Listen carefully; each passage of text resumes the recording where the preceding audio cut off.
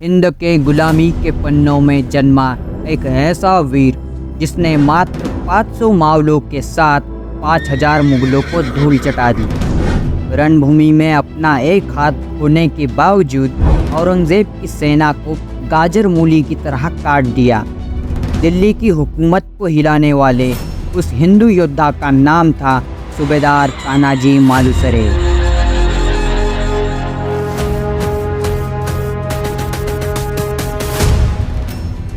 जो अपने स्वामी के एक इशारे पर दक्कन से मुगलों का नामो निशान मिटाने निकल पड़ा और मुगल हुकूमत के छाती पर विजय का भगवा ध्वज गाड़ आया।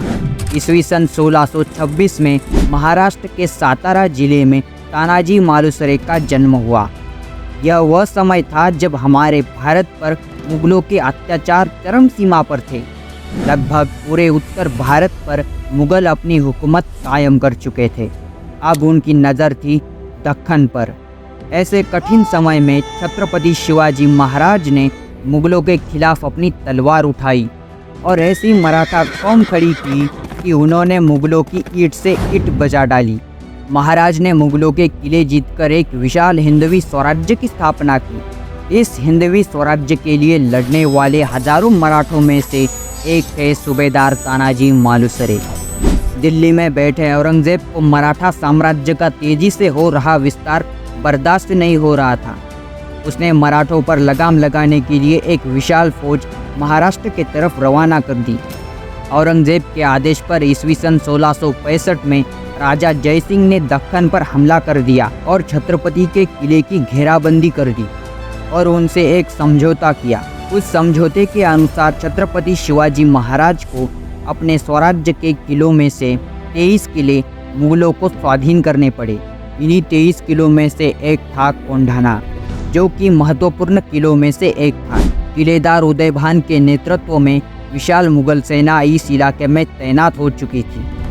मराठा भूमि पर लहराते मुगल परचम को देख राजमाता जीजाबाई ने अपने पुत्र छत्रपति शिवाजी महाराज से कहा, क्या हिंदुत्व की शमशीर के सम्मुख लहराता यह मुगल ध्वज तुमने सहन कर लिया? यदि मेरा एक और बेटा होता तो उस ध्वज को उखाड़ फेंकता। राजमाता के इन बातों को सुन छत्रपति शिवाजी महाराज ने अपने सभी सरदारों और सामंतों को दरबार में बुलाया और उनसे पूछा, कोंढाना में भगवा कौन लहराएगा?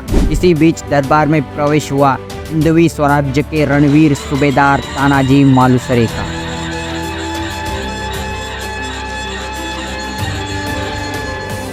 उन्होंने अपनी मूंछों पर ताव देते हुए कहा, मैं मुगलों के खून से ही कोंढाना का रक्ताभिषेक करूंगा और सूरज की पहली किरण के साथ कोंढाना को फिर से हिंदवी स्वराज्य में शामिल करूंगा। हालांकि उस समय सूबेदार तानाजी के यहाँ उनके पुत्र रायबा के शादी की तैयारी चल रही थी। उसी का न्योता देने के लिए वह छत्रपति के पास आए थे, परंतु जब उन्हें कोंढाना की मुहिम का पता चला तब उन्होंने छत्रपति से कहा, पहले कोंढाना जीतूंगा, उसके बाद ही मेरे बेटे रायबा की शादी होगी। 4 फरवरी 1670 की रात तानाजी मालुसरे ने कोंढाना की तरफ प्रस्थान किया। उनके साथ उनके भाई सूर्याजी और उनके मामा शेलारजी भी साथ थे। मात्र 300 मावलों के साथ तानाजी हजारों मुगलों से भिड़ने के लिए निकल पड़े। तानाजी घने अंधेरे में किले के पास पहुंचे। उन्होंने 300 मावलों के साथ कोंढाना किले की कठिन चोटी पर चढ़ाई शुरू की और अपने भाई सूर्याजी के नेतृत्व में किले के मुख्य दरवाजे के पास छुपकर रहने को कहा। बड़े ही खामोशी के साथ मावलों ने 2300 फीट ऊंचे किले की मुश्किल सी चोटी पर चढ़ाई शुरू कर दी थी और कुछ ही देर में मावलों संग तानाजी मालुसरे किले के भीतर पहुंच गए। मराठों ने अचेत मुगलिया सैनिकों पर अचानक हमला किया और किले का मुख्य दरवाज़ा भी खोल दिया। किले के बाहर बैठे सूर्याजी और उनके मावलों ने भी अब किले में प्रवेश कर मुगलों को काटना शुरू किया। हमला इतना तेज था कि मुगल समझ ही ना पाए उन पर कौन सी बला टूट पड़ी है। कुछ ही देर में हर हर महादेव के नारों से पूरा कोंढाना किला गूंज उठा। महादेव के भूखे शेर मुगलों का रक्त बहाने के लिए मैदान में उतर चुके थे। एक एक योद्धा काल के भांति मुगलों पर टूट पड़ा। यह मंजर देख कोंढाना का किलेदार उदयभान मराठों को तोप से उड़ाने के लिए तोपखाने की तरफ निकल पड़ा, परंतु उदयभान के बढ़ते कदमों को सूबेदार ने रोक लिया। उन दोनों के बीच घमासान युद्ध हुआ।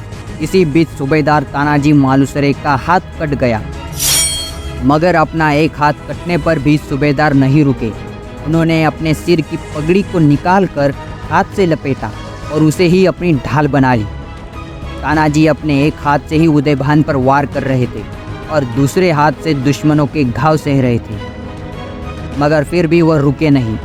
अपने सामने आ रहे मुगल सैनिकों को वह काटते चले जा रहे थे। आगे बढ़ रहे मराठा सैनिकों पर किले के सेनापति बेशक खान ने तीरों का वर्षाव किया। यह देख सूर्याजी बेशक खान की तरफ दौड़ पड़े और उसे खत्म किया, और इस तरह किले की एक तरफ सूर्याजी ने भगवा परचम लहरा दिया, वही दूसरी तरफ मुगलों के खून से लथपथ शेलार मामा ने किले के मुख्य भाग में प्रवेश किया और तानाजी मालुसरे ने मार मार अधमरे किए उदयभान को दबोच लिया और उसे नागिन नामक तोप से बांध दिया। जैसे ही तानाजी ने उदयभान के सर को धड़ से अलग करने के लिए तलवार उठाई, तभी एक मुगल सैनिक ने सूबेदार तानाजी मालुसरे के पीठ पर वार किया। उस वजह से तानाजी मालुसरे जमीन पर गिर गए और कई चोटों के कारण घायल होने की वजह से वह शहीद हुए। यह देख शेलार मामा ने अपना आपा खो दिया और उदयभान के सर को धड़ से अलग कर दिया। मराठों का प्रकोप देख मुगल सेना दुम दबाकर भाग गई। सुबह होने तक मराठा वीरों ने मुगलों को उखाड़ फेंका था। मुट्ठी भर मराठों ने हजारों मुगलों को मात दी। जंग समाप्त हुई और फिर एक बार हिंदवी स्वराज्य का भगवा झंडा कोंढाना पर लहराया।